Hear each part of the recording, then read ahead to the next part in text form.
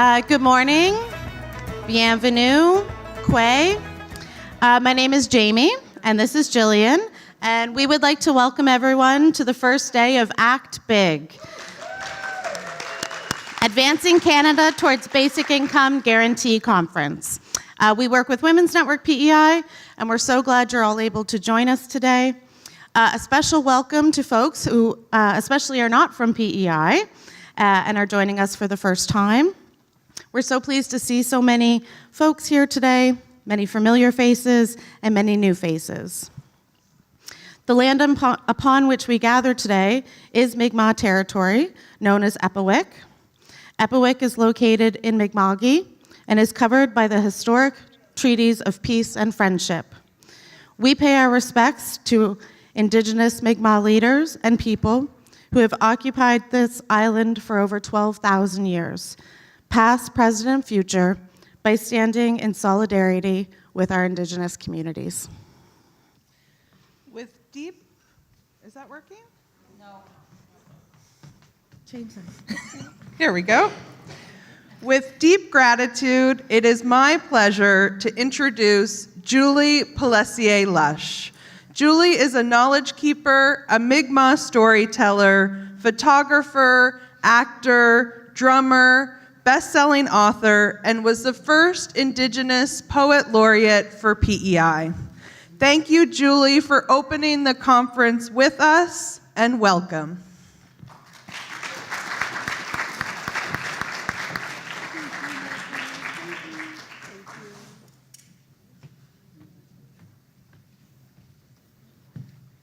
Gway, Jalasi, and Deluisi Julie. Hello, everyone, and welcome. My name is Julie Pellessier-Lush. I'm so honored and humbled to be here today to start things off in a really good way.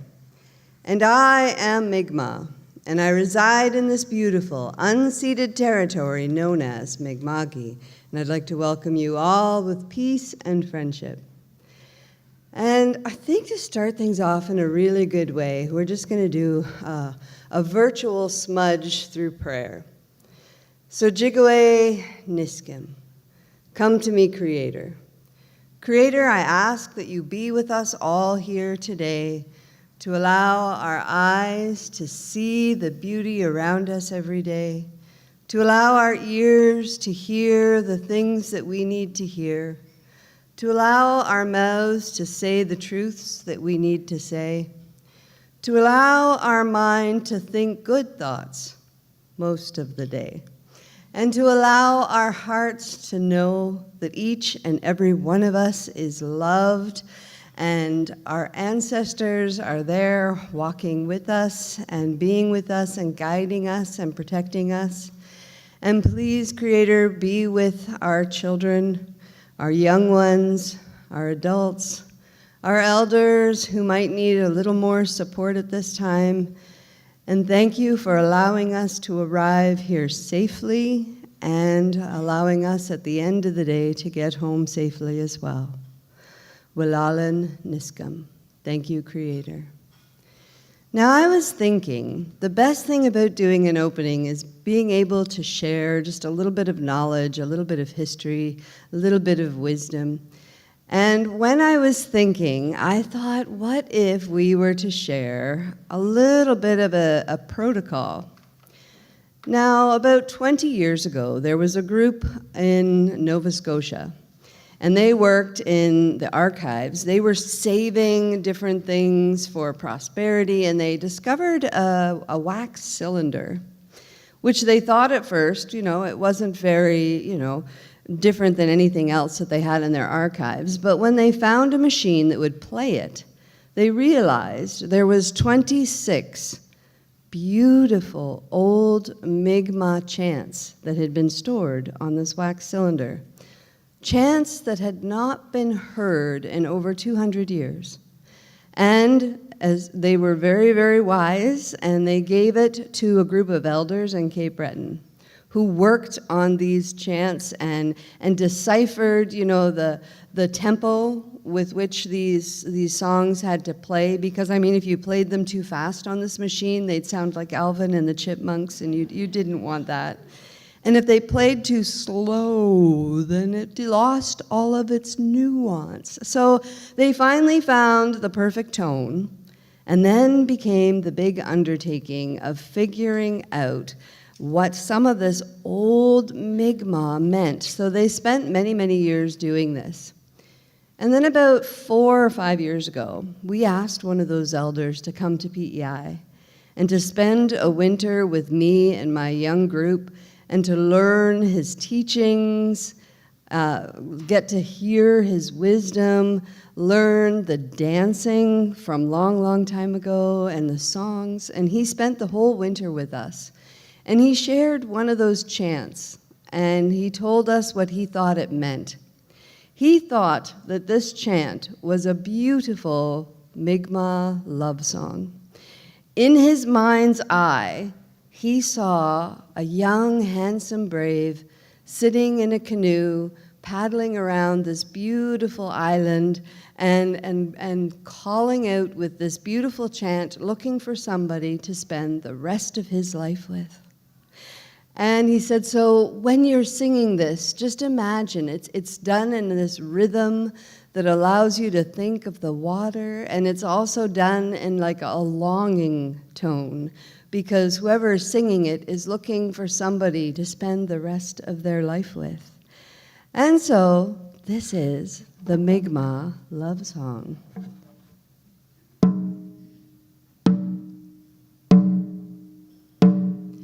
Maliata noa el bitwa maea el mi bida weda maliata noa.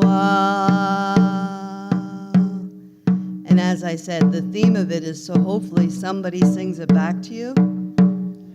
Maliata noa el bitwa maea el mi bida weda maliata noa.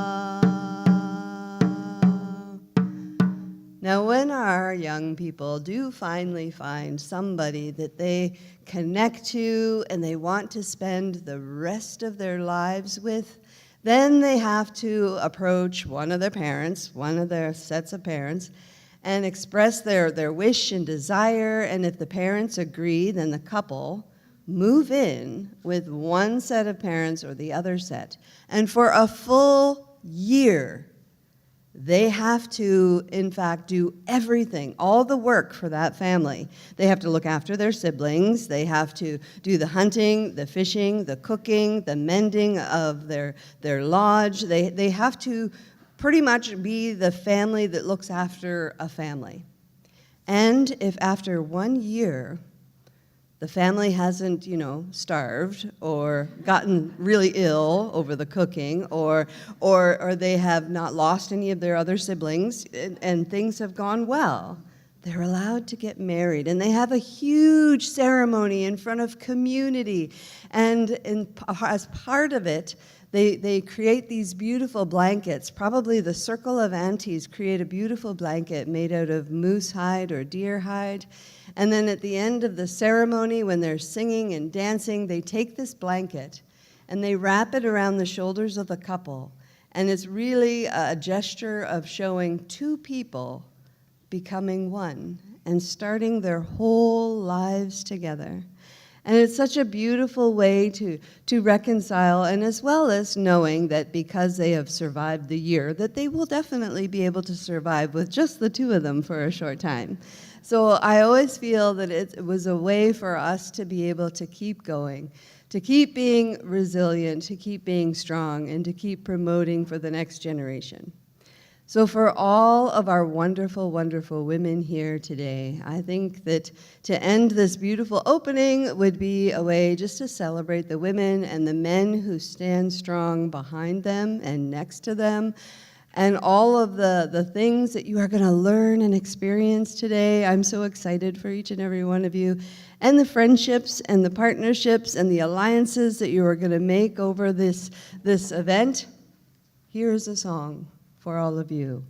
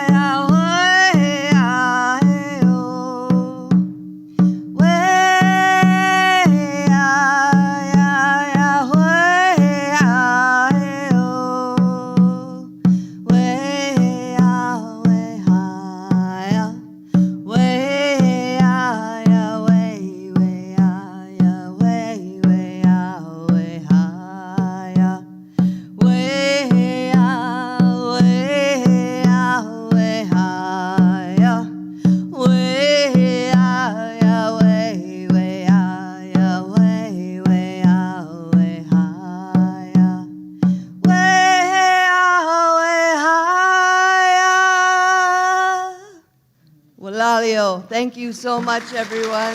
Walalio.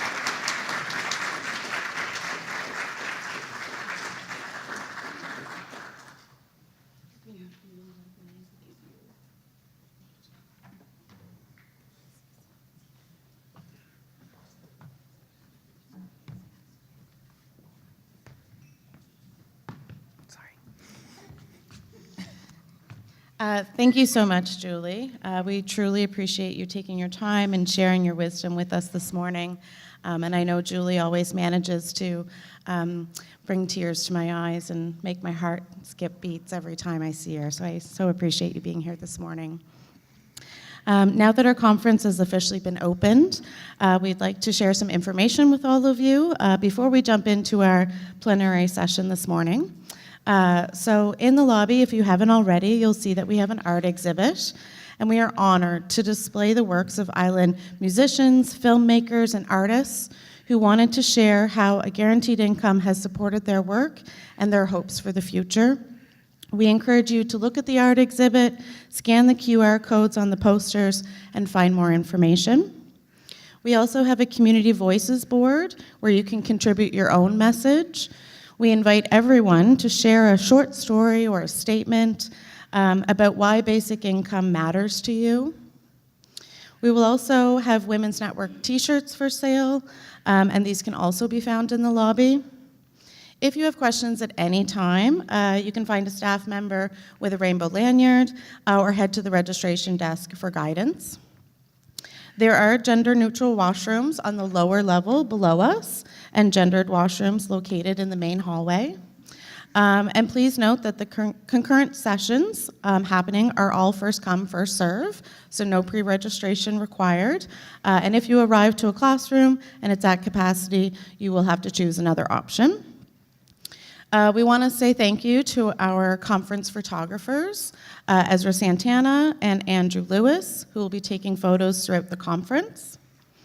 In addition to the conference staff who are wearing the rainbow lanyards, we do have peer support available throughout the day.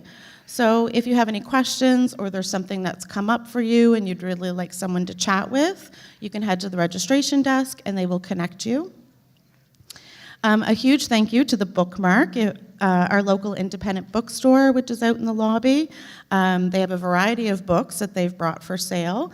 Some titles related to Big and other favorites that were suggested by staff and by speakers of the conference. And we hope that you're able to join us this evening for our public event, Understanding Basic Income Guarantee, Past, Present, and Future. We'll have a mix and mingle starting at 4 o'clock just outside this room, and then the panel discussion will start at 5 here in the theater. And all sessions that take place in the theater specifically will be recorded, and our plan is to share them with you after the conference. We would like to take a moment to acknowledge and thank the Planning Committee for this conference. While many of the staff at Women's Network have played a role, we want to thank Grace Kempinski, Ezra Santana, and Tanya Craig for their support leading up to today, as well to Jasonique Moss, Bushra Bashir, Robin Graham, Megan Burnside, and Callan Cudmore. Thank you to our volunteers, Debbie Turkoff, Lauren Thompson, Gina Yunker, Randall Dugood, Rachel Crowder, Lindsay Charlton, and Michelle J. Also, a special and huge shout out to Hillary Wood and Jill Olskamp.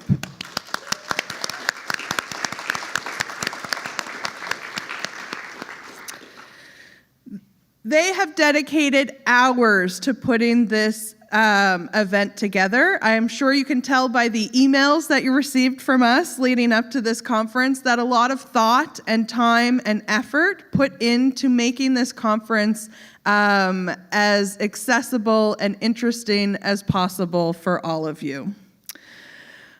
We also want to say a huge thank you to one of our conference sponsors and a partner in many projects, the PEI Advisory Council on the Status of Women.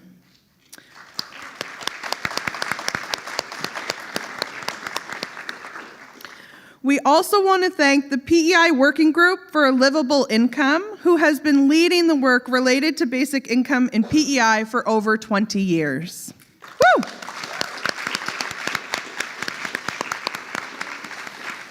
They are helping to guide this project funded by Women and Gender Equality Canada, and this conference is a major component of that work. Thank you for your ongoing efforts to promote basic income and to support this project.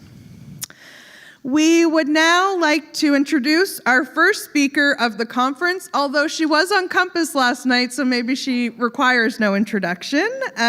Tracy Smith-Carrier is a professor and the Canada Research Chair in Advancing the UN Sustainable Development Goals in the School of Humanitarian Studies at Royal Roads University in Victoria.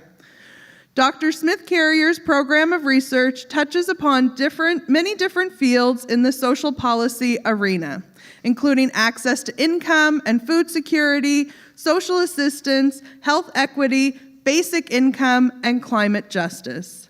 Tracy is an adjunct research professor at the Arthur Labatt Family School of Nursing at Western University, a research affiliate at the Centre for Human Rights Research at the University of Manitoba, chair of the National Strategic Planning Committee for Basic Income Guarantee, and editor of the Taylor and Francis journal, Critical Policy Studies. Welcome, Tracy.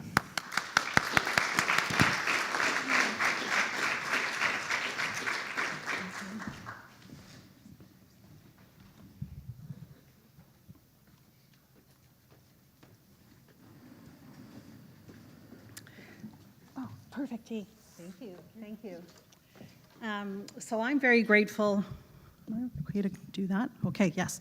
Grateful to the Lekwungen-speaking peoples, the Esquimalt and Songhees nations on whose unceded lands I live, work, and play. Today, I also acknowledge the Mi'kmaq peoples as the original inhabitants and caretakers of the land on which we presently stand, or sit, as the case may be.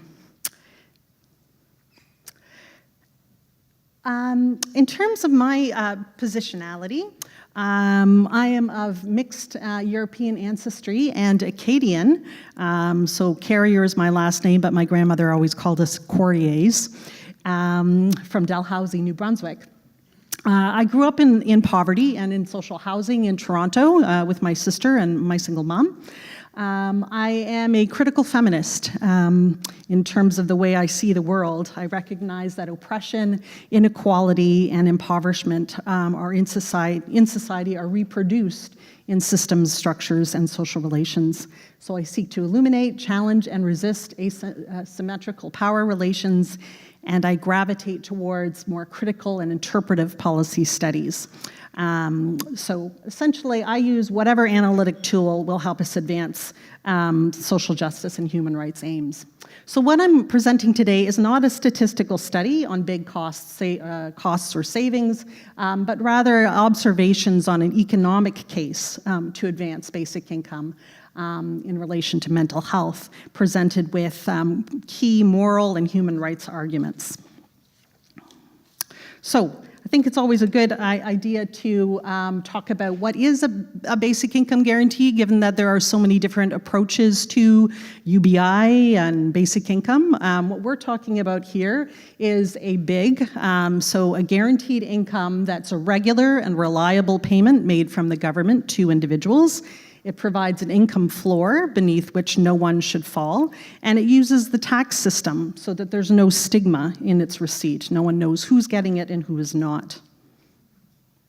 The principles of a BIG, I'm noticing what it looks like on my screen, on yours, a bit different, but so apologies for that. The principles of basic income should be that it's adequate, it's enough money to live on, so should at least meet a poverty line, like the market basket measure, which is our official poverty line in Canada.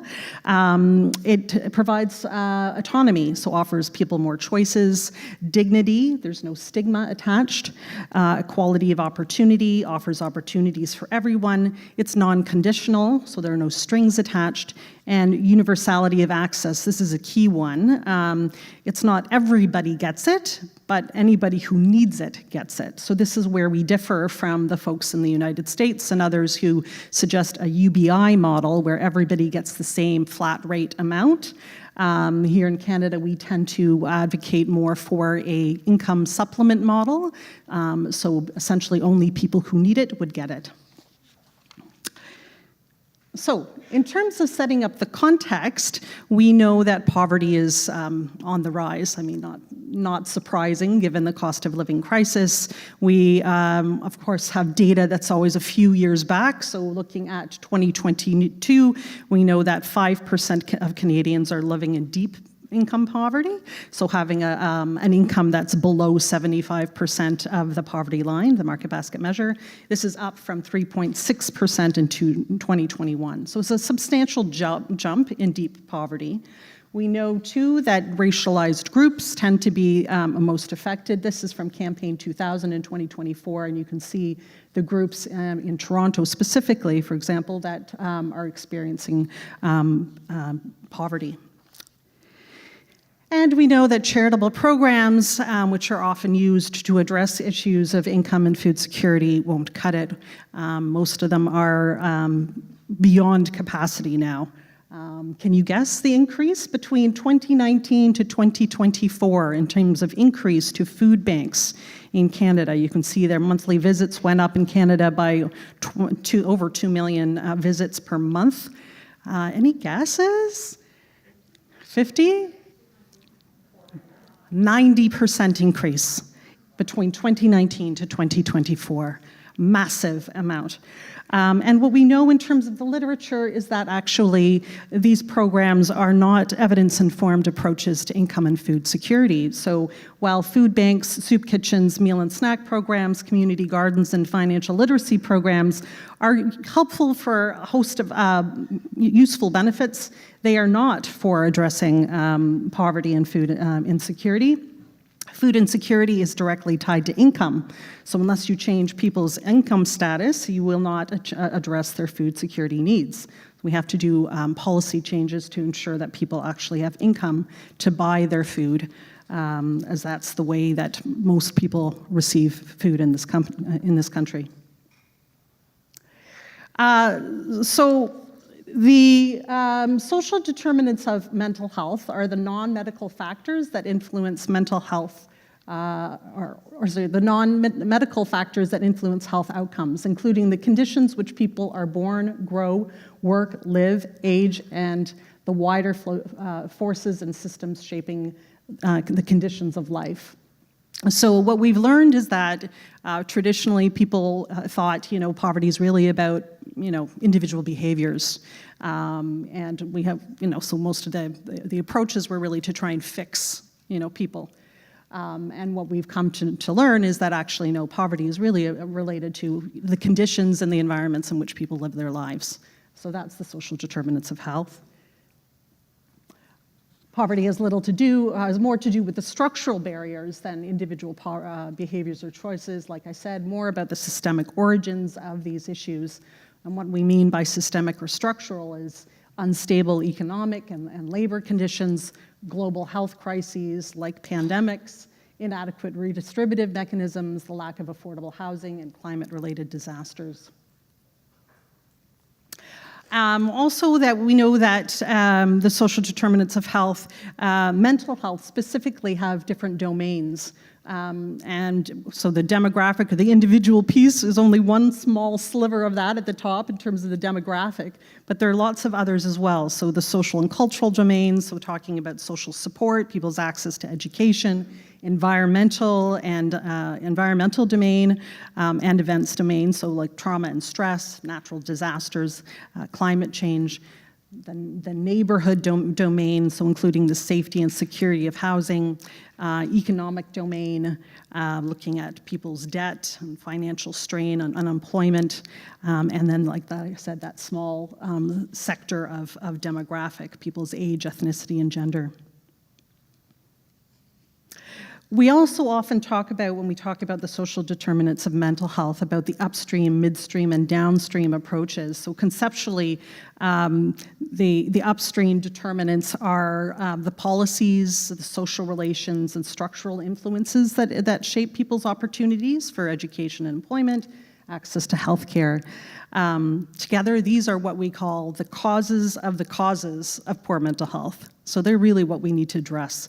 The midstream determinants are more about the cultural, physical, and social environments, so things like transportation and public safety. And the downstream determinants are really about addressing hereditary dispositions and risk factors. So we usually address these through pharmacological treatments or counseling, that kind of thing. The focus has often been about the downstream approach, but really we need to be working upstream.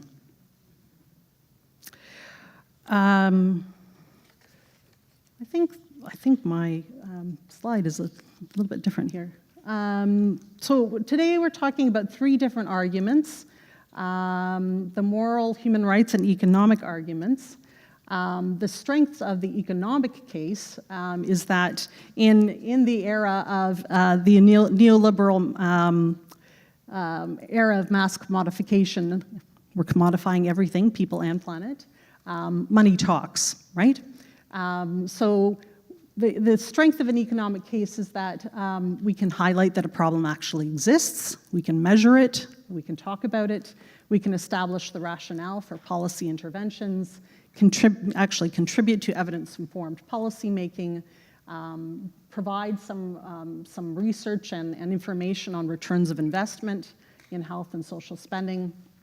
And also because in the policy literature, there has been a growth in the scientization and expertization of political advice. So we like our experts, and we like to have solid evidence and research. That has meant that economic knowledge has basically been privileged. So economic knowledge has become to be perceived as a legitimate source of arguments about all kinds of policy problems, and indeed as a more legitimate source of argument than other forms of knowledge. So obviously there's good and there's bad to having that form of knowledge, economic knowledge, privileged above all else, but it does seem to be the language for a lot of policymakers. So some of the challenges and limitations of the economic case, and this is something that I think is really important to note, is that we have very limited access to data. A lot of the data, as we notice, is pretty dated.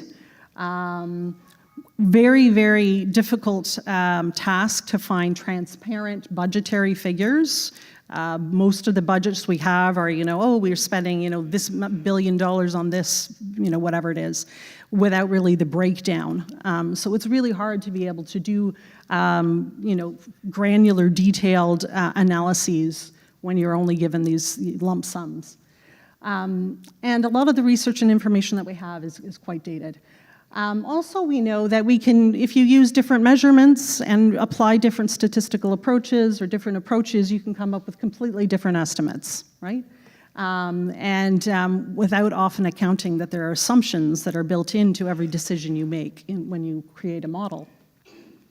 And on a deeper epistemological level, we do know that too, that values and ideology, the values and ideology of the analyst informs what is studied, how the data are interpreted, and the conclusions are drawn. This is really sort of the emphasis of the interpretive and critical policy studies literature, is to illuminate those values and these assumptions that go into that. Oftentimes, it's not grounded in the lived experiences of people positioned for empowerment. And so we would, some critical policy studies would actually take issue with this notion that these are meaningful modes of explanation. However, we can use them powerfully for social critique. So this is interesting. The Mental Health Commission of Canada, this was a publication in 2017. They have, so consistently, if you go in to look at, do a quick Google search to try and find how much money are we spending in mental health in Canada, the dollar figure that seems to come up consistently is $50 billion. Over and over again, like CAMH reports on it, the Mental Health Association reports on it, this seems to be the figure. And that when you go into the research, this 2017 document, you'll find out that this $50 billion price tag comes from research, well, a few different estimates here, starting from 2008. So from 2008 to about 2016, we are using this $50 billion figure, and yet here we are in 2025, still talking about what we had as a dollar figure in 2008. We've had a pandemic, we've had a cost of living crisis, we've had all sorts of stuff happen, and yet we're still using the same figures. So that's what I'm talking about when I'm saying we have dated information. So I wanted to kind of talk about what we discovered when we, Elaine Power and I have been doing some research. We got a grant to look at what happened with the folks on the Ontario Basic Income Pilot. I must say, when we wrote that piece, and it'll be interesting, we'll kind of dive into it in a minute, but we had a reviewer come back on the piece to say, you know what, we have lots of moral arguments, we've heard human rights arguments. What we really don't have is a lot of economic arguments, and that was really what we need to be focusing on. So can you make sure you include in your paper something about the economic case? I'm just wondering how you feel about that. Do you agree with that? I don't know, putting it out there. Okay. So in terms of our theoretical framework, we actually looked into literature about structural violence, and we thought that that actually would be a very fitting theoretical framework. Largely it's because some people who have studied the social determinants of health and mental health have found them to be somewhat passive and apolitical in nature. So they actually prefer this notion of structural violence as being more powerful, more evocative, with a greater potency to catalyze political change.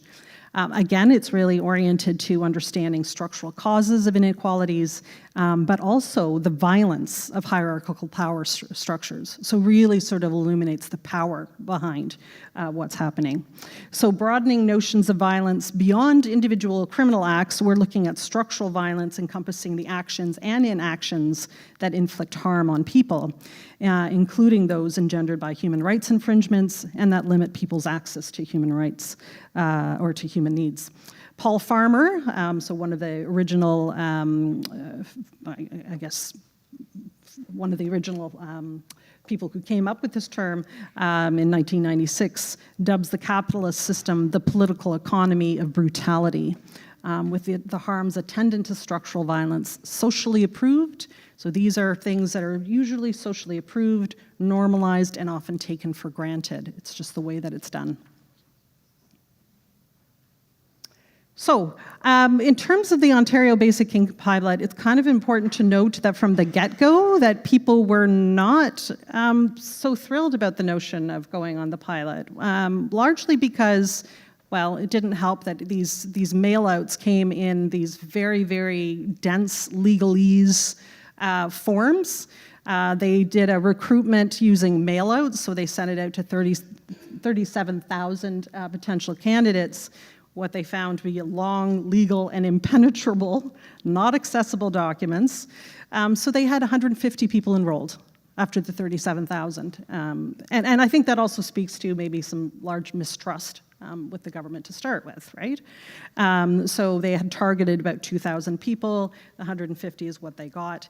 So round two, they went and recruited through community agencies. And so community agencies were basically asked to help support the recruitment to basically get the sample size. So we did interviews with folks that were in Hamilton, in Lindsay, in Thunder Bay, and asked them all sorts of questions about their experiences before the pilot, while they were on the pilot, and after the pilot. What we found was quite interesting. So while a lot of the mental health literature talks about the effects being sort of long-term, what we found was actually fairly quick. In relatively short order, people's lives were dramatically changing. First is because that they actually had access to educational and employment opportunities. So you see here, many had plans to pursue higher education, start a business, explore new employment opportunities. Sean talks about the fact that on basic income, I was able to set my goals higher. I was trying to go to university and was saving money for that. We heard that a lot about people saying that they put tuition towards going to an educational program to be able to explore new opportunities. Another thing was that people were able to change their housing situation. So some folks that were in very unsuitable housing arrangements were able to find alternatives. So Teresa was able to leave a terrible landlord, an apartment rental, and she says, so when the basic income pilot came up, I told my landlord, I'm moving, because there was black mold, like the place was just a dump. So being on the pilot, I was able to move out of there. So we did encounter folks that had like they left really poor housing and ended up in new housing, but then were in jeopardy because when they lost the benefit, once again, they were stranded. This was particularly problematic for people who had left social housing arrangements, for whom they had waited for years to be in those housing. So yes, it actually, when we talk about structural violence, it really inflicted harm on people when they canceled the pilot. Theme 3 was about starting to feel better. This is really speaking to the security, the mental health buffering effects of a basic income. So it was associated with stress relief and a buffer against depression. Carla said that people in her life could see the positive impacts. So it's not just her, but other people were looking at her life and saying, yes, we're starting to notice a difference in her life. They thought it was really good because they could see that I was starting to feel better while I was on it, like depression-wise, because I had a lot of stress relief. So obviously, when you take away a benefit that is having a marked difference on people's lives, people were shocked, they were depressed, they were betrayed in the aftermath of the cancellation. So in learning of the demise of the pilot, Sarah had difficulty thinking about the future. There was a lot of people who talked about just locking themselves up in the room, not being able to leave, just so depressed. You know, it's poverty, sending my grandson to school with no school snacks. Yeah, it's just high stress. It's a constant level of stress, wondering how you're going to make it. But at times, I try not to think ahead. I stress myself out, I get overwhelmed and I try and think, just to be thankful for today that we have what we have, it's kind of all bleak outlook on the future. The other piece that we noted, one of the themes, was that, so speaking about the charitable model, that people were really wanting to move away from undignified approaches to food access. So often people talked about the indignities of having to stand in line to be belittled or ridiculed. So often familiar with discrimination and being subjected to name-calling, ridicule, and attacks because of their social status. Ali says, so with the start of my basic income, a few months I got into it, I got a girlfriend, my kids started hanging around, I started being part of the family get-togethers, I got right away a brand new winter coat, so I wasn't freezing all the time, I didn't have to go back to the soup kitchen anymore and stand in line and be belittled and ridiculed. It was just really, and now I'm back to all that, by the way. So just that sinking notion of, starting to look up and it all got canceled, all got taken away. The other theme was about never going out and socialize. This came up over and over again, and something I think that folks often can take for granted is just the ability to go to Tim Hortons and grab a cup of coffee with a friend. That is not an option when you have no money. So the social exclusion people feel is immense. A lot of people in the basic income pilot didn't disclose their financial circumstances to anyone because of the immense amount of shame that they experienced. And so obviously when you cut yourself off from people, right, you're losing all those fundamental sources of social support, which are fundamental to our mental health. So Dora talked about the fact that honestly, when people are not struggling, people are a lot happier for sure. Being closed in behind four walls because you can't go anywhere, because you don't have the money to go anywhere. I don't think they realize they're creating mental health issues for people by doing this, because it's not healthy. You need to be able to get out and socialize. You need to be part of society and life. You cut people off at the knees. You will see people participating more if they have more money. And the other piece was also talking about the food security piece, and this was something a lot of people discussed, was having a little bit more money. And recall too that the Ontario Basic Income pilot was not offered at the poverty line, it was offered at 75%. So even still not at the poverty line, but a little bit more money allowed people to leave behind crappy foods. To be able to buy some, more vegetables and fruit and meat and dairy, which you just can't even get at a lot of food banks. So participants were able to buy healthier food, and of course that all stopped once the pilot was canceled. So Carla says, knowing that I was able to buy the food that I needed for my family's health, it was just devastating to me. It was hard to put into words. When I heard that they were going to cancel it, I cried. Because what I had seen with my own family, the improvements that were being made, is just heartbreaking. But we know too that the causal link is clear. A loss of income causes mental health. So money not only helps people meet their material needs, but it also alleviates their worry. Poor mental health is therefore a direct and immediate consequence of poverty. What this means then is that, let me go back a second, that not only people in poverty are experiencing this, right? We tend to think of basic income as strictly about thinking about people in poverty. And what the next few slides will indicate is that no, actually, even if people never receive a basic income, they can benefit from it. The Financial Resiliency Institute, this was in 2024, so relatively recent, found that this percentage of Canadians across all household income demographics in October 2024 felt that they were financially vulnerable.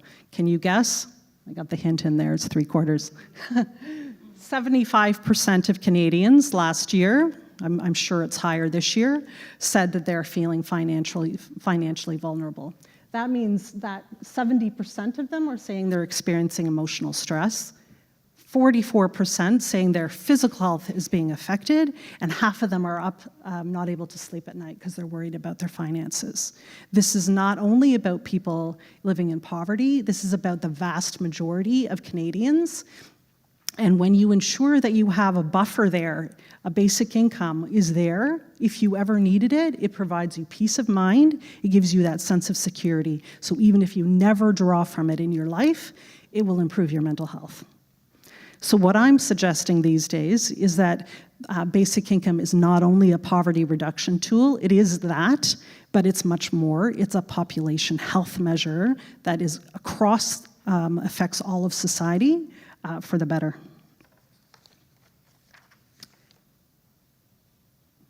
We can also learn from the homelessness literature that it's actually a lot cheaper to deal with some of these social problems head on.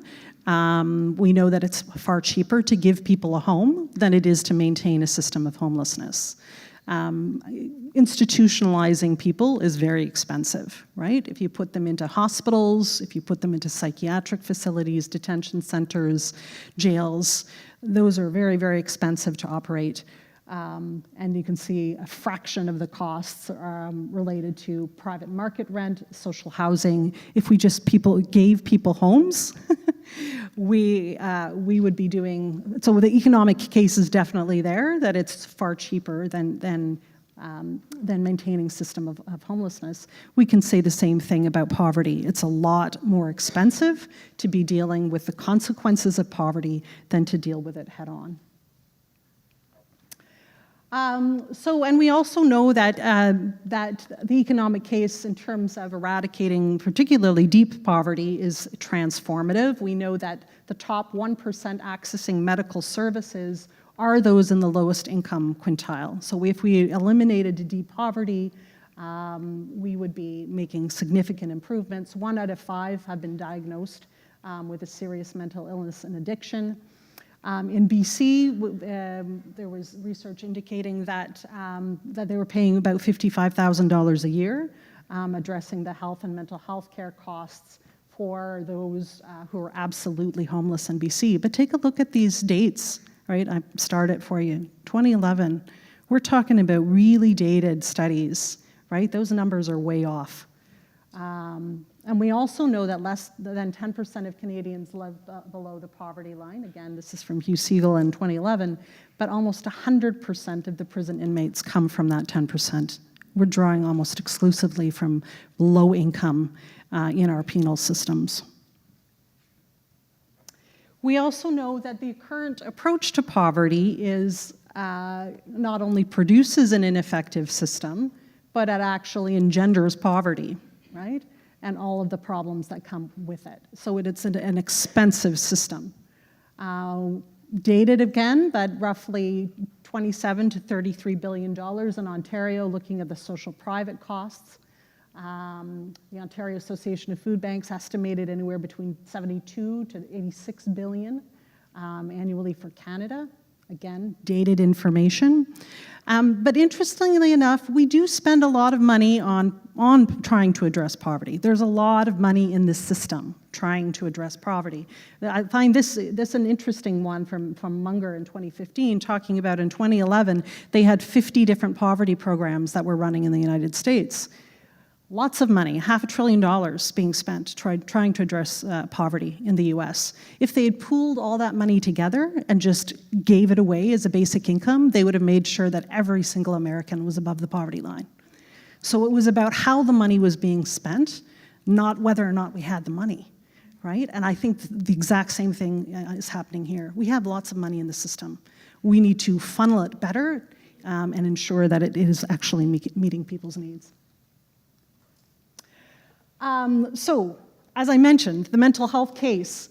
So the Canadian Mental Health Association draws our attention to this $50 billion price tag, which actually is a fraction, because when you add on substance use, it adds on another $46 billion. So we're actually talking $96 billion. But this, again, is from data from 2008, 2011.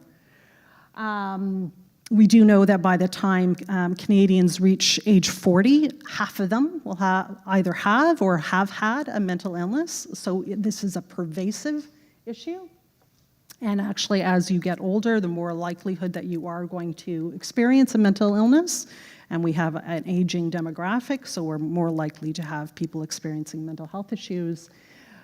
When they did these projections, this was this article that came out in 2016 looking at those really dated figures. They were projecting that by the time we got to 2041, the costs annually would be about $291 billion. And when you look at the cumulative over 30 years, direct costs alone, we're talking $2.5 trillion specifically on mental health. Like, the costs are astronomical, right? And yet, if we just were to invest in mental health, $1 of mental health spending gives us back $4 to $10 in the economy. So we're talking about a solid economic case that if we actually do good prevention and not just treatment, because the focus has been treatment, but prevention, that we could be saving ourselves a whole lot of money. And that's only for the economy. Well, we should be talking about the savings to the public purse, right? Because when you don't address mental health, the cost of social services, the cost of income supports goes up, right? All of those pieces is going to get a lot more expensive to actually try and provide care for folks after the fact. We also know from looking at social return on investment studies, this was done by Finley et al. In 2023, very conservative estimates that were used here, but even with very conservative estimates, we still see value in terms of returns on investment when you look at sort of addressing these things head on. There is lots of literature now suggesting that cash transfer programs, like a basic income guarantee, are very effective. And particularly if you are providing it for families, because we know that 70% of mental illnesses have their onset during childhood and adolescence. So if you're able to provide that buffer and that sense of security for kids, before they grow up, that you will actually be limiting their exposure to the risk factors of mental health. And we can see that, right? Young people seem to be far more interested in basic income these days, right? There seems to be an awareness out there, right? They're looking at a future of climate change. They're looking at what's happening south of the border. They're looking at a world being transformed by AI. And these are folks who are now looking at a labor market of just gig contract contingent labor. They recognize the need that we need to have a buffer for people in the future. And we said, as I mentioned earlier, the participants on the Ontario Basic Income Pilot saw changes really, really quite quickly, right? So rather than this sort of these spillover effects that could happen down the road, these were impacts that were happening right away. And one of the tricky things we know is, while we can maybe estimate some of the direct costs, what are we spending in healthcare dollars and hospitalizations and those kind of very direct health and social costs, but all the spillover, the more diffuse variables to measure, we have a hard time estimating. We know that it will be a substantial impact in these areas, but it's really hard to disentangle them, right? They're kind of confounding variables that are at play. We know that there are positive impacts when we make investments in mental health to familial and interpersonal relationships, that people, if you're obviously dealing with a mental health crisis, that's going to affect your ability to form and maintain good quality, deep and meaningful relationships. It's going to affect your scholastic ability, right? If you're experiencing mental health issues, you're not going to perform at your best. Your educational outcomes, implications for community safety, productivity in the workplace, social cohesion, and yet some of these variables that we know are impacted by mental health don't get brought into the economic case and cost analyses for basic income, or even in terms of mental health. And the nice thing is that we actually know that these programs, a basic income, is affordable. This is the lovely thing that the Parliamentary Budget Officer has come out saying. This is doable, right? We can provide, and in this case, it was just even changing the unit of analysis. So rather than using the nuclear family, we use the economic family as the unit. Cut the basic income cost in half from 107 billion down to 53 billion. And we would be able to cut poverty by 40%. And so this speaks to the fact that these things are doable. That's one of the major arguments against basic income that we seem to come across is the cost argument. We can't use that argument anymore, in my opinion. It's affordable, we can do it.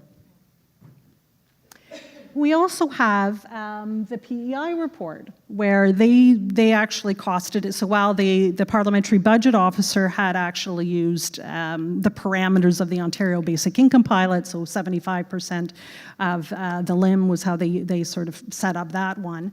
The PEI project, they used a different 85% of the poverty line, so a higher threshold. And they found that they could actually eliminate deep poverty completely and reduce poverty substantially. So while the 40% reduction was in the Parliamentary Budget Officer report, the PEI proposal suggests that they could reduce poverty by almost 80% in this province. So, like, you know, almost eliminate. We're making some serious headway on poverty here. So how do we then finance a basic income? It's interesting to me. You'll probably see I left out the citation there, and I did it purposely because I wanted you to guess on who said this. So through the significant use of deductions, credits, and other tax preferences, some of the wealthiest Canadians pay little to no personal income tax in a given year. You want to guess who said that? It was the Government of Canada. In their 2023 budget, recognized the fact that most wealthy people are not paying taxes. There it is. I was like, well, I'm going to use that. Yes, and the reason why is because they don't pay a lot of taxes. So in 1981, the corporate tax rate was over 50%. 50% corporate tax rate. We've got it down to 15, right? Corporate tax, and as we can say, this was PricewaterhouseCoopers, says that Canada continues to rank first among G7 countries for having the lowest corporate tax rate on wealthy corporations. Yay us, right? Also, we have, in terms of our marginal tax rate, so at a federal level, from 1940 to 1980, the marginal tax rate was over 70%. In 1981, it was 80%. Now our top level is 33, right? It means that in the 1980s, 1970s, the highest income earner would maybe be 4 or 5 times their income and assets relative to the average, 4 or 5 times. Now we're looking at 4,000 times, right? Because you're really just not, you're able to take home so much more of your wealth and not have it be taxed. I mentioned that the Parliamentary Budget Officer gave the price tag of $53 billion to provide that basic income. Well, why don't we just stop doing oil and gas subsidies because we're spending $50 billion a year on them, right? In 2022 alone, we spent $50 billion on oil and gas subsidies. We should be scaling down fossil fuel production anyways, so let's be addressing that. The reality of it is 88%, so basically 90% of Canadians are in favor of wealth taxes. They want to see taxes on the wealthy. They want us to close tax loopholes. And yet what we're seeing now is, Carney decided that they wouldn't do the capital gains tax, that they're now suggesting they want to do a middle class tax cut.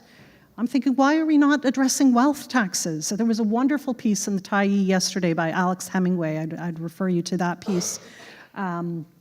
talking about the value of having wealth taxes and how necessary they are.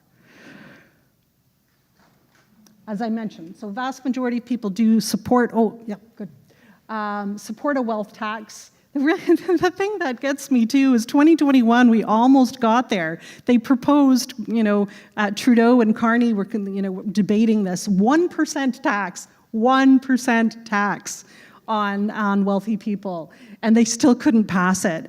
And basically, they were going to say from that 1% tax, they were going to get about $10 billion back for 1%.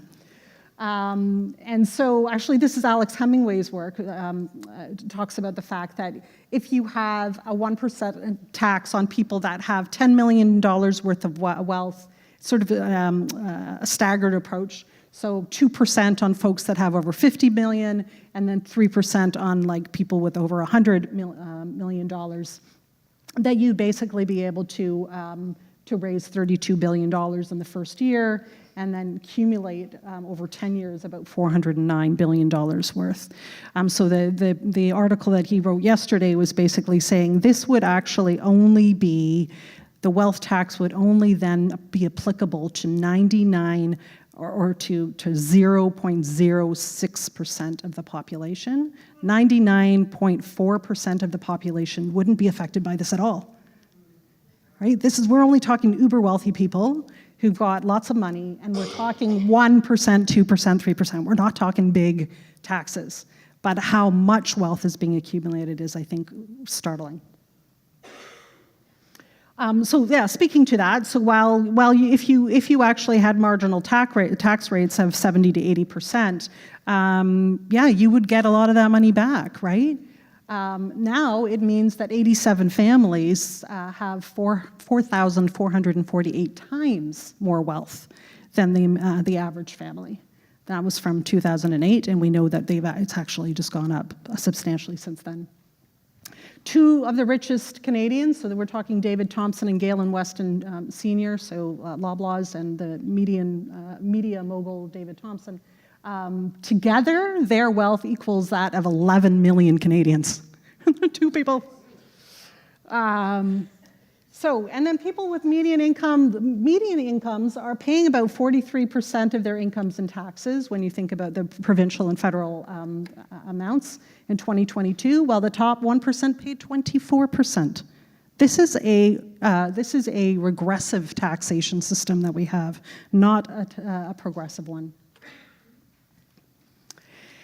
And so we know too, and what I'm working on lately, whereas I've always sort of focused on poverty, I am been sort of moving, not to say that I'm moving away from poverty, but I'm saying we also need to be thinking about income inequality because it also is corrosive, right? Inequality kills. Navarro highlights the student's avoidance of the category of power in social determinants of health reports. That fail to recognize it's not the inequalities that kill, but those who benefit from the inequalities that kill. So we must bring up the bottom end of the income distribution, but that also means we have to lower those on the top. And that will then help us provide a basic income that is adequate, right? Because why are we not doing more studies that are at least at the poverty line, if not more? Right? All of the studies we've talked about thus far, the Ontario Basic Income Pilot, the PEI project, the Parliamentary Budget Officer, always use 75, maybe 85%. We never actually even meet a poverty line or exceed it. Why can we not? Why shouldn't we try in a country like Canada to go beyond the poverty line, right? And what is that going to do for our mental health for everybody? The reality of it is that senior economist Lars Osberg is actually saying, well, you know what, 90% of Canadians are economically losing ground. We really do need to be addressing this issue. Inequality is destructive, it's destabilizing, it leads to poor mental health, it leads to more crime, less social cohesion, like pretty much all the bad stuff, right? Just put it all in there. Encourages conspiracy theorists. More inequality, the more likely you're going to have conspiracy theories, misinformation, more likely to embrace dictators. In the research, that's quite clear. So yes, and we need the redistributive mechanisms in order to actually pay for a robust, adequate basic income, not a paltry one intended for mere survival. There are some folks in the World Economic Forum and broader that are advocating for a basic income, a UBI, but in my mind, it's a very dystopian vision. It's just to keep the economy going, mere pittance of survival approach to basic income, because we do need workers to keep this thing going. But it's not based on a vision of adequacy, of thriving as opposed to mere survival. All right, so mentioned already that many of these studies are dated. A lot of studies apply the UBI model, not the basic income guarantee model, so we need more research on that. It's hard to measure all of the variables, too. We mentioned some of the spillover or indirect effects of mental health as being a problem and difficult to disentangle. But also, like, how do we even measure things like dignity, right? Like, how do you put that into a model? Studies, often, too, modeling behavioral impacts are predicated on individual explanations of poverty. So when we talk about work incentives, the research is quite clear that people don't drop out of the workforce when they get a basic income, and yet a lot of our economic models continue to use the labor disincentive argument as a key argument. So it's based on faulty assumptions. Overly conservative estimates that make it difficult to suggest that big is actually transformative, so missing those elusive multiplier effects, which tend to underestimate its potential. And in a lot of these economic cases, we tend to lose the focus on structural violence, on power, on justice, on rights, and income inequality. And we need to center those more in the economic case for big. So when I'm thinking about the future of studying poverty and income inequality, I'm thinking about these are some areas that I've noticed that have very little research or completely absent in the literature. The cost of maintaining the system, right? Those financial burdens that are accumulating over time, we know that are increasing exponentially in cases like mental health. Studies that actually look at the financing of big through reducing income inequality through wealth taxation and progressive taxation. Studies that consider the cost of supporting poverty-like charities, because that, like I mentioned, we're probably spending a lot on charity that could actually be addressing people directly if it went through a basic income. The costs and benefits, or I would say the drawbacks of maintaining ineffective systems like income, social assistance, or welfare programming. And then comparative economic studies. What the cost of big relative to the cost of military spending or tax cuts for the wealthy. I mentioned already analyses that look at big at or above poverty line thresholds. And then studies on enhancing or transforming or expanding the eligibility of existing tax benefits to make them fully into an adequate basic income.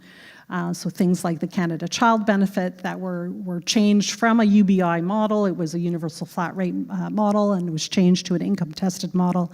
If we really made that adequate, what would that look like? Even if the costs, however, exceeded the savings, which I don't think they ever would, big is also the right thing to do. This is where the strengths of moral arguments then come into play. These recognize justice, fairness, decency, and equality. And what we know is that it was actually moral arguments, not economic arguments, that made transformative social shifts and changes in our history.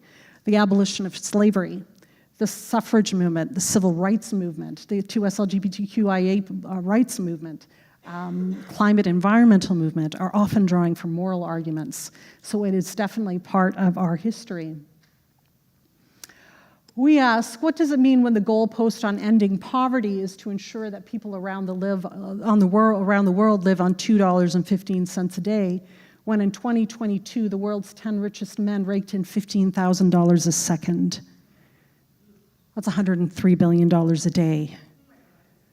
Translating into the creation of a new billionaire every 26 hours since the pandemic began. We are massively creating a billionaire regime out here. So why is there little outrage, moral outrage, about the suffering of people recurrently subjected to poverty? Bittner considered this as an astonishing phenomenon regarding world hunger, that morality has not managed to lead affluent people to turn things around. Okay. Neoliberalism is so ingrained, it's so commonsensical, that this deservingness paradigm that we want to classify who's deserving of assistance is so deeply entrenched, it skews our moral sensibilities. So attribution matters. If we actually think that it's people are poor because of their own poor choices, we blame them for it, and then we don't mind if they're living in poverty. This is where we have to change the narrative and actually draw attention to the systemic origins of poverty. Weiner says, persons perceived as responsible for their own plight, a dominant control for conservatives, elicit anger and neglect. In contrast, those seen as not responsible for their financial hardship are predominantly endorsed by liberals espousing sympathy and help giving. So how we attribute blame actually matters. Neoliberalism moralizes the poor that they have an obligation to assess critically the consequences for themselves and others of not working when employment is perceived to be available, and that they should be held responsible for not doing so. So we must raise awareness and educate people on the systemic, not the individual origins of poverty. Work is done to shift mindsets to lay fertile ground for these economic and moral arguments. For us to be able to apply moral arguments, we need to shift those narratives. We also need to use, so you can see here when I asked that question about that reviewer, I disagreed with him. I do actually think there's a case for moral and human rights arguments here, not just about economic arguments. Why? Because human rights are universally recognized, right? They're applicable to all people. They're endorsed by most globally. They shape our histories, political, legal, and social institutions. They set norms and standards for respect, equality, and dignity. And let's face it, it's one of the few mechanisms we have available to actually hold actors accountable. Right?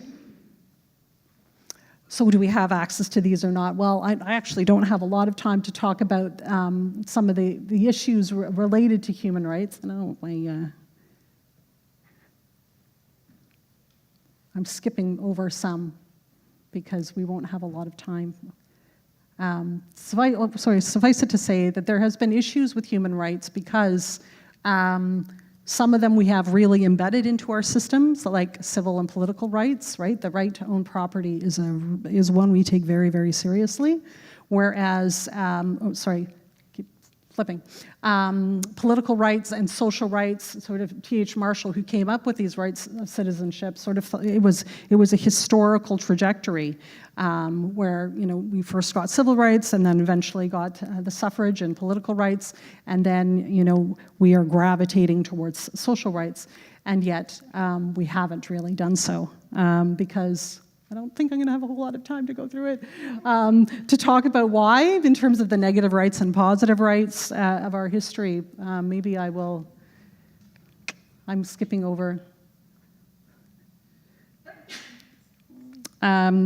Suffice it to say, we haven't taken our social rights the same way, so rights that actually require policy actors to provide for their citizenry, the same way that civil rights and political rights.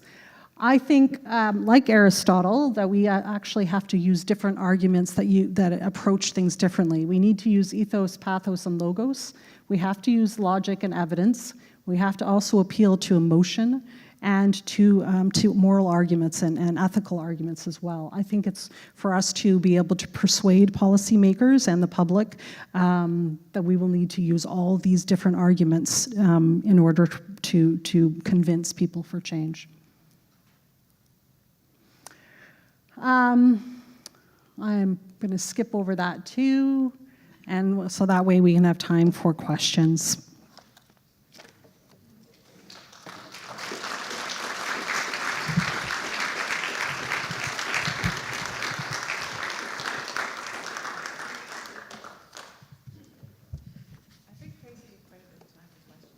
Oh, do we? I have more colors to go through.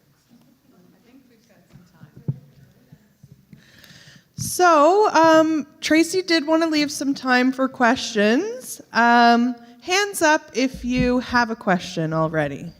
Okay, we have one here, one here, one here, and one here. So we'll start with those four.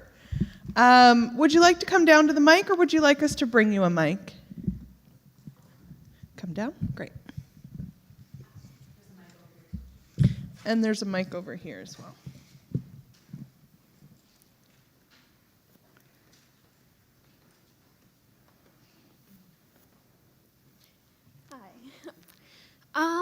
So looking at the extreme gender nature of poverty within single-parent households, it's about 385,000 female-led single-parent households to 40,000 males single-parent-led households.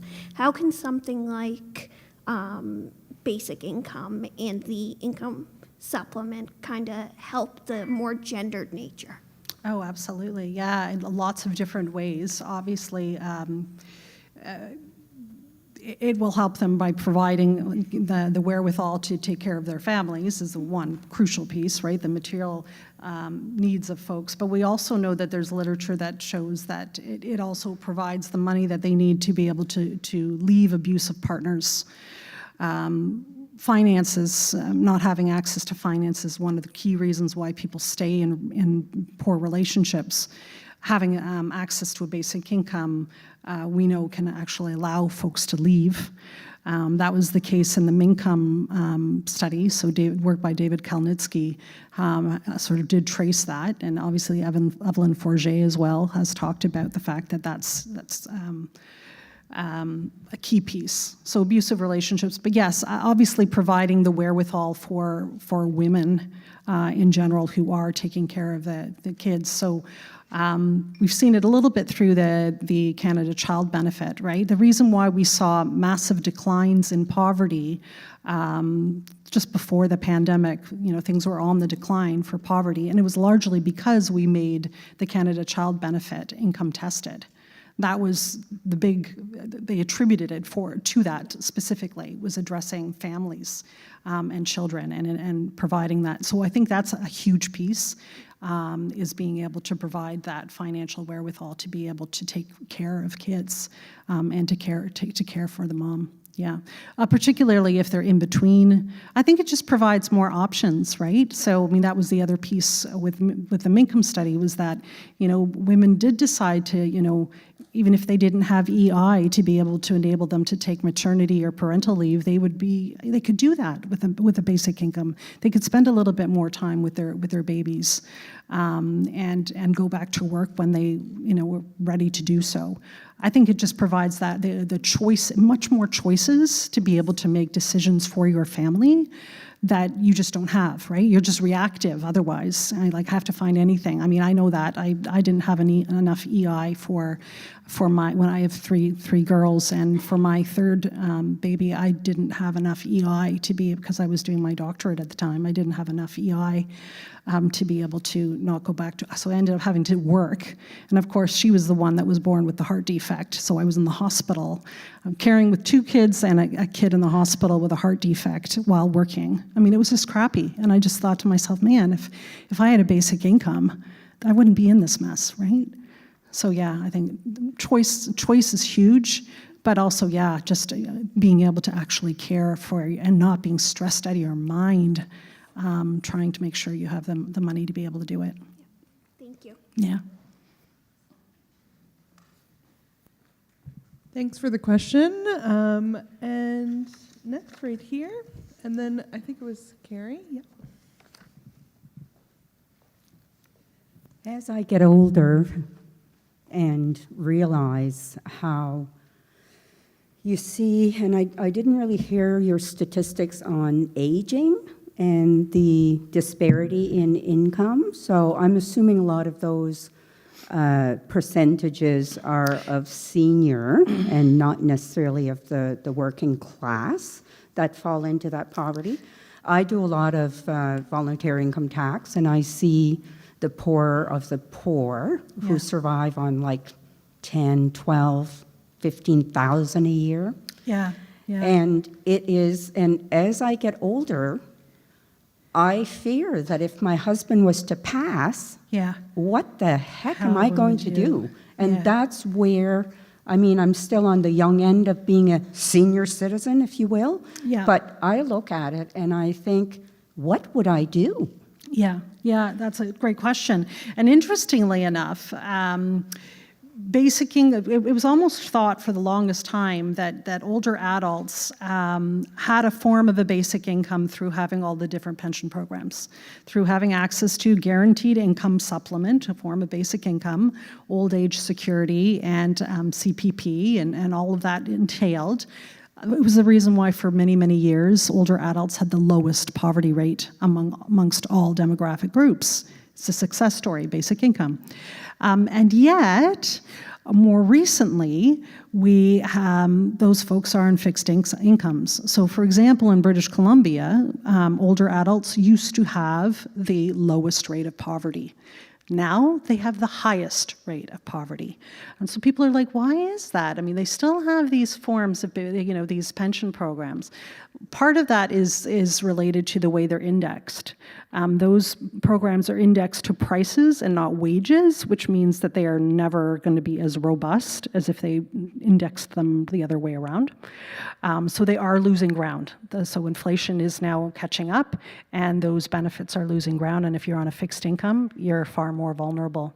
So I would say with that one, we could either approach it two different ways. We either make sure we have a basic income for everybody and address it that way. If you wanted to do a targeted approach for working age adults and one for older adults, then address the indexation of those benefits, make them tied to wages, not prices, so that they're indexed properly, so that, folks could go back to experiencing the sense of, that the financial security that they are not going to be left destitute in the remaining years of their life. Yeah. And I just want to add as well, as I age, I notice that my medical is Yes. more and more and more. And Yes. yeah, I don't understand. And I mean, I have coverage. I'm fortunate enough to have some coverage. Yes. But I look at people and I hear people saying, well, groceries this week will have to wait and I'll have to eat out of my pantry. Exactly. And because I need to get my diabetic supplies, my heart Right. supplies, or whatever. Yeah, right.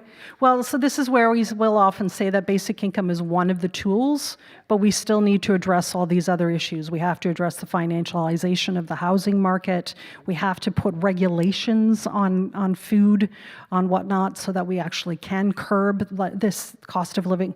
I don't even think it's a cost. It's just an excuse for corporations to ramp up their prices. That's what it is. Right?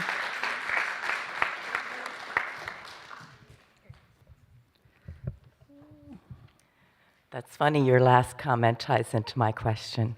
It's a bit of a question, bit of a commentary on corporate greed. Yeah. So typically, as wages increase or people have more income, we do see corporate greed kick in and prices increase. And I just wanted to hear your opinion and your commentary on if we were to have a basic income guarantee across Canada, how do you see that reflecting in inflation? I think that the corporations are very clever in trying to make, they do, we can see that throughout history, right?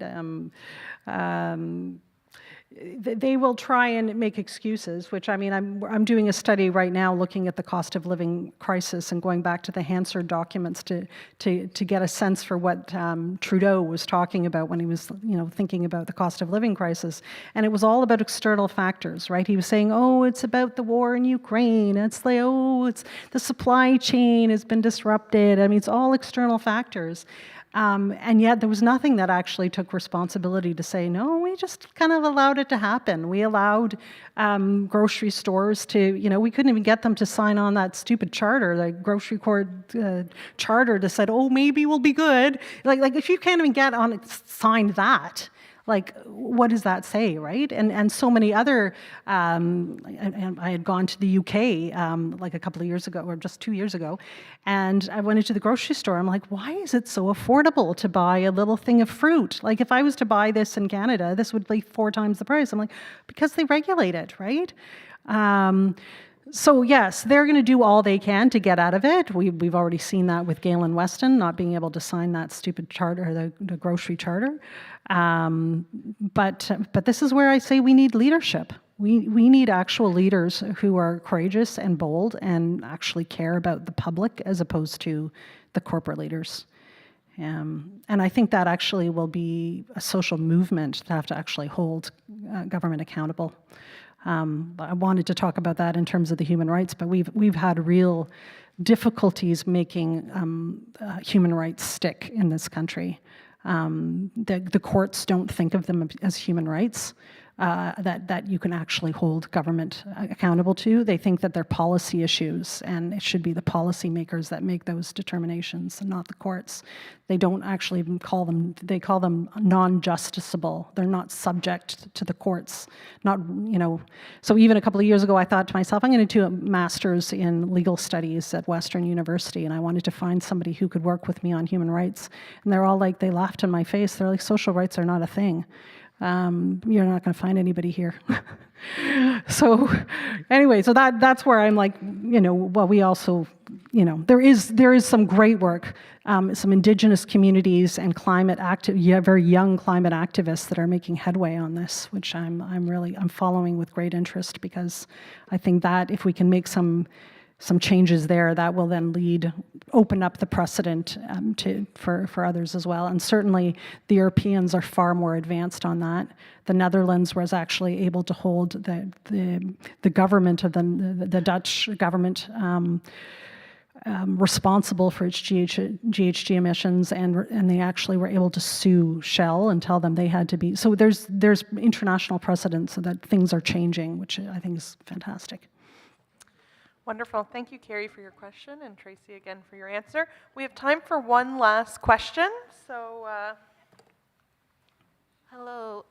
Thank you. I have so many questions, so I'm just going to talk to you after. Okay.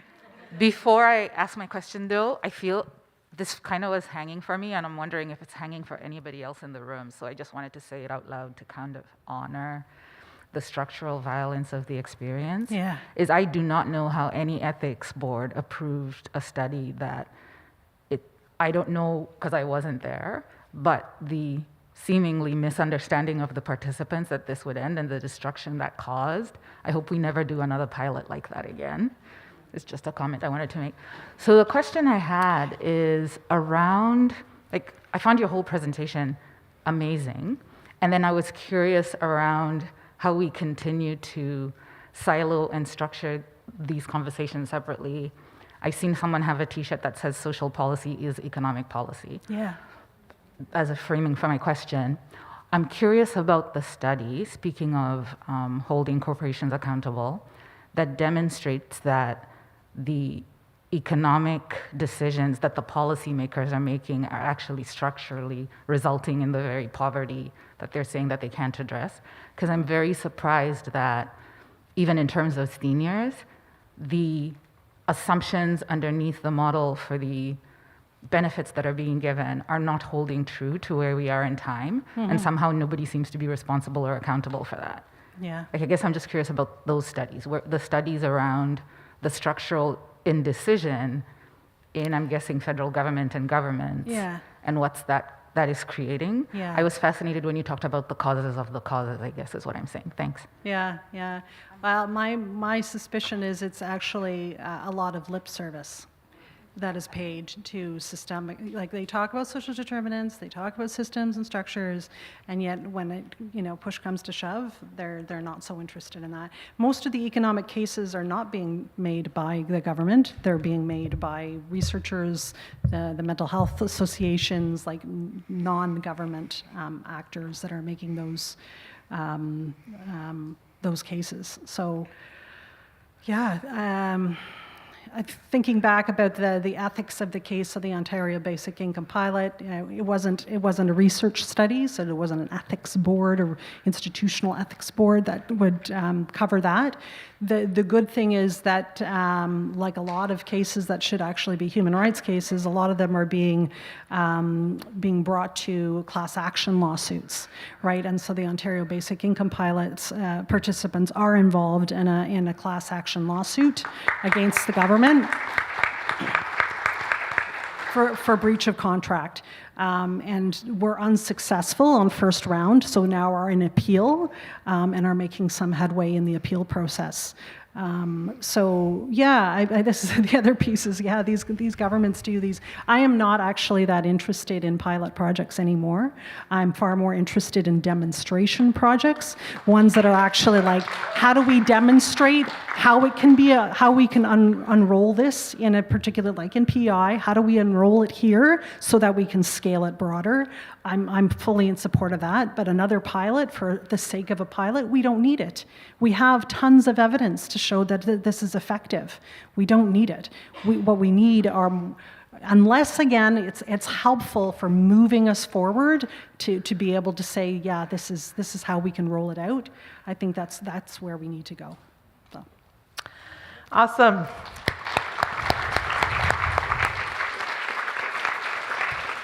A huge thank you to Tracy. Luckily, we have 2 more days together, well, the rest of today and tomorrow, because you've given us a lot to think about and talk about, and so thank you for your wonderful presentation. Thank you for the questions from the audience. I wish we had more time, but I'm glad we were able to get a few in. And we'll just have a few housekeeping updates from Jamie, and then I believe a break. Thank you. That was amazing. So as Jillian mentioned, we will now take a break. It's going to happen in the lobby, and then the concurrent sessions will start at 11, and they will start at 11, so please try to be in your room in advance to get yourself settled. Lunch will happen at 12:15. It's in the cafeteria, so out to the registration and down, and they'll be able to guide you. And then the afternoon concurrent sessions will happen at 1:30. They will wrap up at 2:45. And so in this space between 3 and 3:30, we do have an optional movement component happening with Ushan Studios here from Charlottetown. So no skills required, dress doesn't matter. If you want to take the opportunity to kind of energize yourself, move your body at your pace, please join us from 3 to 3:30 in this space. And as we mentioned earlier this evening, our event, Understanding Basic Income Guarantee, Past, Present, and Future, will start with a mix and mingle at 4 o'clock. So I hope you have a fabulous day. And like I said, if you have any questions, staff with the rainbow lanyard. Take care.